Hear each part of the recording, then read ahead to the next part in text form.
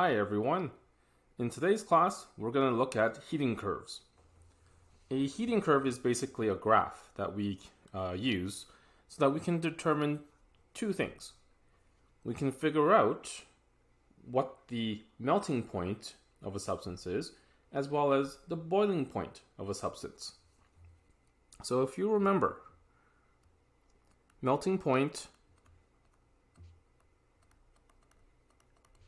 and boiling point temperatures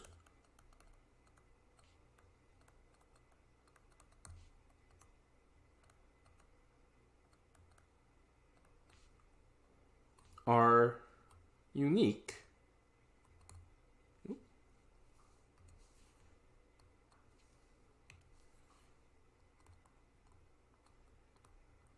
for every substance.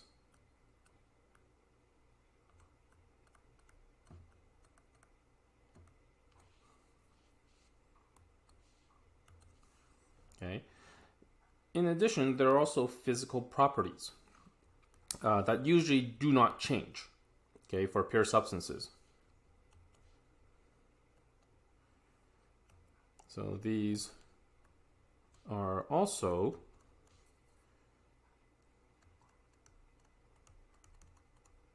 physical properties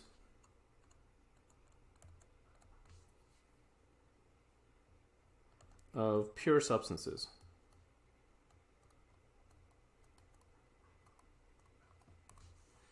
Meaning that if I compare the melting point and boiling point of, let's say, water, okay, to a mixture of sugar water, in that case it would be different. Okay.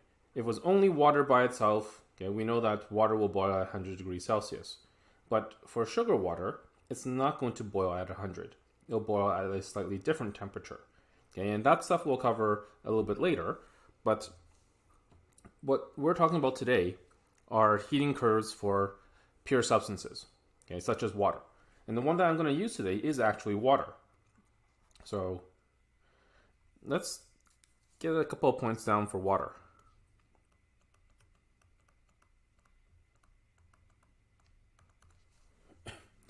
So for example, if we had a substance that we're not certain what it is, okay, all we have to do is find the boiling point and melting point of that substance, okay, especially if it's a solid substance that we start off with.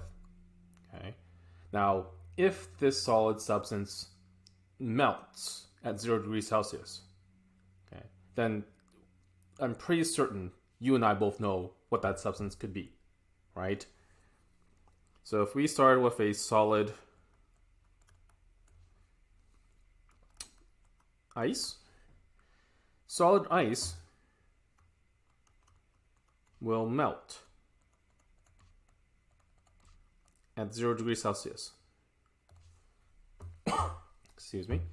Not earlier, okay, but the first time that it will start to melt, it will begin phase changing at 0 degrees Celsius. Okay, that is the melting point.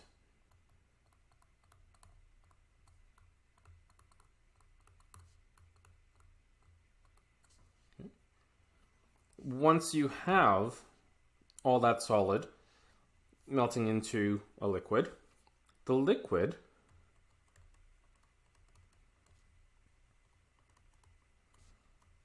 in this case water will boil at 100 degrees Celsius. And of course, that is what we call the boiling point.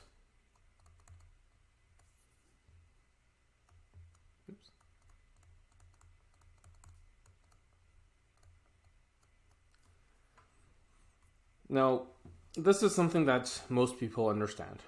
Water will boil at 100 degrees Celsius. However, the temperature that we need in order for water to boil, okay, to 100 degrees Celsius, or at 100 degrees Celsius, roughly depends on the pressure around us. Okay, now, I don't want to get into that right away, okay, but for now, fine, we'll look at boiling point temperature as a means of what temperature will something turn into a gas. Okay, but later on, all I'm saying is the temperature takes on a different role. Okay, and we actually figure out that it's pressure that is what's causing things to boil at certain temperatures. Okay, so we'll definitely go back to boiling as an example for some more complex chemistry. But for now, let's look at a heating curve, okay, for water. So every good graph, okay, requires a title. So what I want you to do is you're going to make a grid that's roughly going to take about half the page. Okay. We're going to put a title in saying that this is the heating curve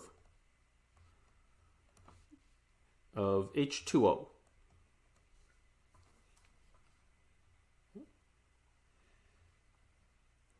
So this will be our title. On our axes, over on the y-axis, okay, the vertical one, this is going to be temperature in degrees Celsius. Okay, so we'll do that. On the bottom,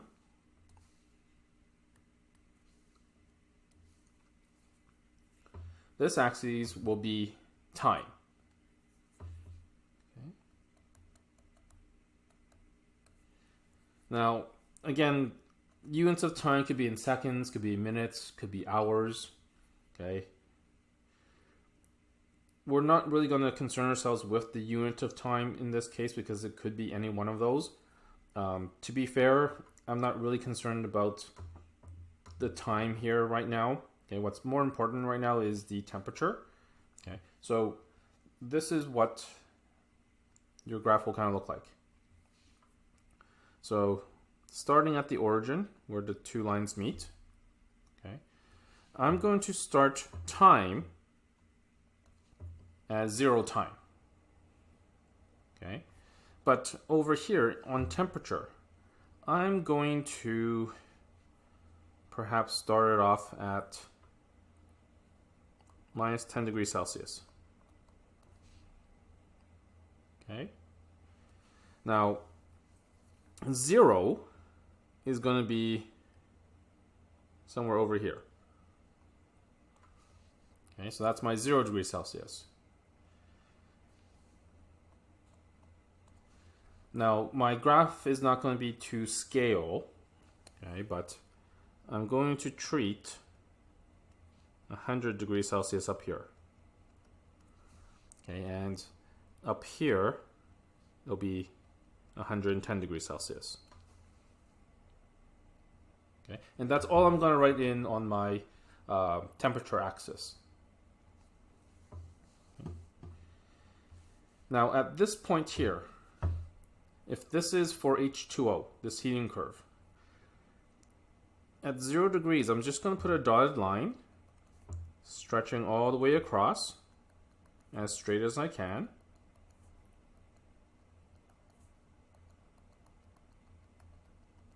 Okay. And I'm going to put another one at 100 degrees Celsius as straight as I can.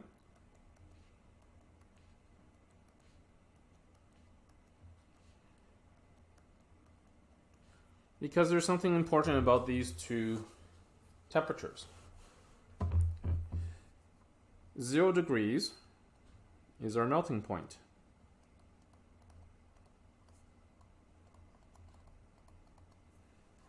And 100 degrees is our boiling point for water.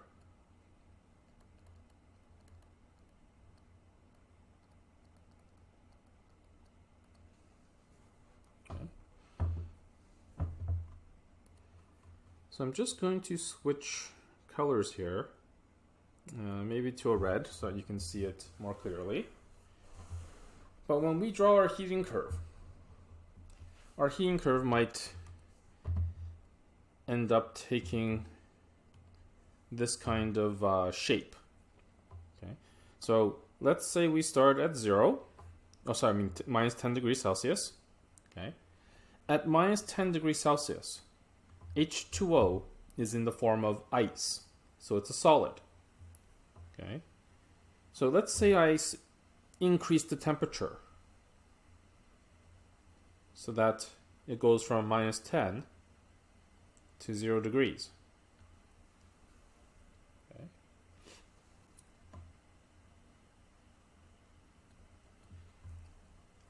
So between this point here, minus 10 and 0 degrees, I have a solid. Okay. My solid, H2O, is ice.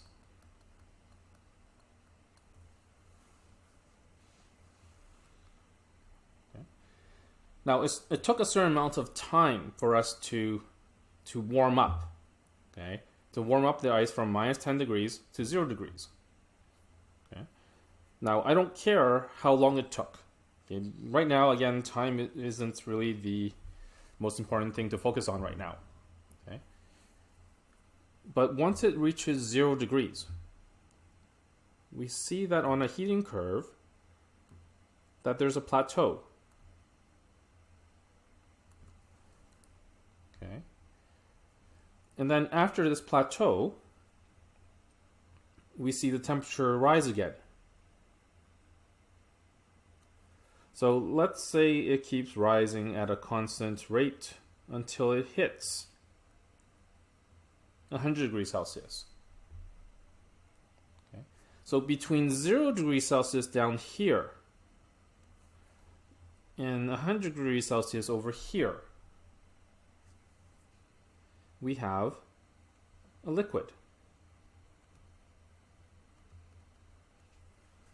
Because once all the ice melts and the temperature can begin to rise, okay, so at 1 degree, 2 degrees, 3 degrees, all the way up to 100 degrees Celsius, right? We have a liquid state. So H2O in this case is water.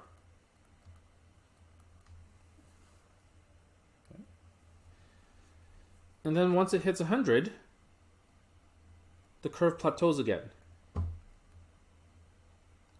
Okay. Every time it plateaus, it means that there's no noticeable change in heat energy. Okay. The thermometer that's measuring the temperature of our substance has not changed. Okay. So let's say after a certain period of time, the substance begins to heat again. And it heats up to 110 degrees Celsius. Well, at this stage here, at 110, okay, so between 101 and 110, we have a gas. And at this point, water has turned from liquid water into steam. So H2O is steam at this point. Okay. So we effectively went from solid to liquid to gas. Okay.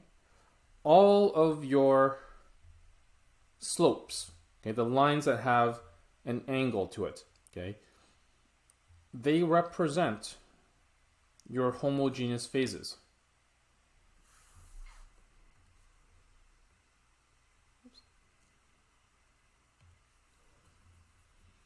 So the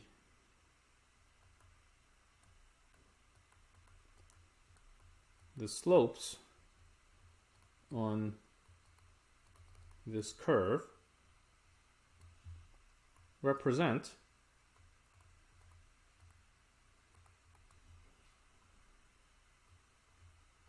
homogeneous phases.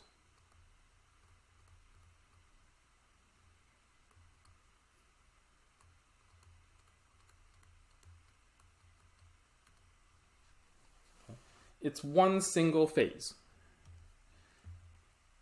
So between 10 degrees to 0 degrees, we have a solid phase. between 0 degrees to 100 degrees, we have a liquid phase. And then from 100 degrees to 110, we have a gas phase. Okay. Now, that should be easy to understand. Okay, where we have solids, liquids, and gases. But I want you to look at the plateaus. Okay. So at the first plateau here, this plateau is between 0 degrees Celsius and 0 degrees Celsius, but at different times. Okay. All we can say about the plateau is that there's no temperature change. But we know that when a solid turns into a liquid, okay, it starts happening at 0 degrees. But we also know that liquids start freezing into solids at 0 degrees. So basically what I'm saying here is that at this plateau, if you look at the states that this substance is in, it's neither fully solid and it's not fully liquid. It's a mixture of the two. You have a solid and liquid at this plateau. Okay. So at your melting point, the H2O exists as both ice and water. Okay, both solid and liquid. And when we look at the boiling point exists as two phases as well. Okay, you have liquid water and you also have steam. So liquid and gas. So the plateaus, so at the plateaus,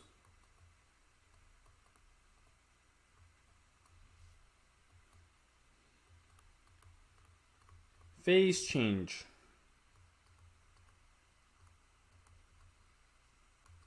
is occurring. Therefore, we have heterogeneous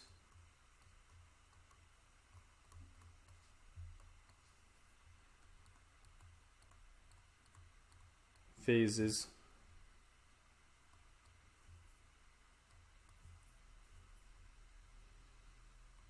present.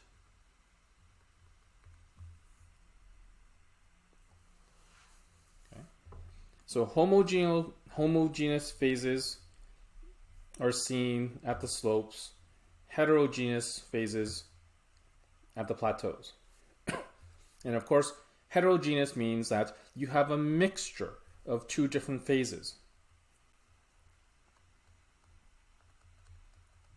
So mix of two different phases.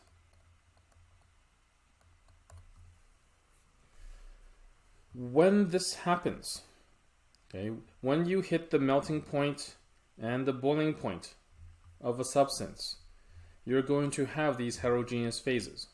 Okay, and you'll notice that the temperature doesn't change at this point. Okay, so we're still heating the substance, but the substance right now isn't warming up. Okay, there's no change in temperature, but the temperature stays the same while this phase change happens. Okay, and that's always going to be true for all of our heating curves of pure substances. Okay, so the next time we see each other, I will show you what a cooling curve looks like. It's basically the reverse of what a heating curve is, but we'll use that as a review mechanism for this particular concept. Well, that's all for me today. Hope to see you guys soon. Bye.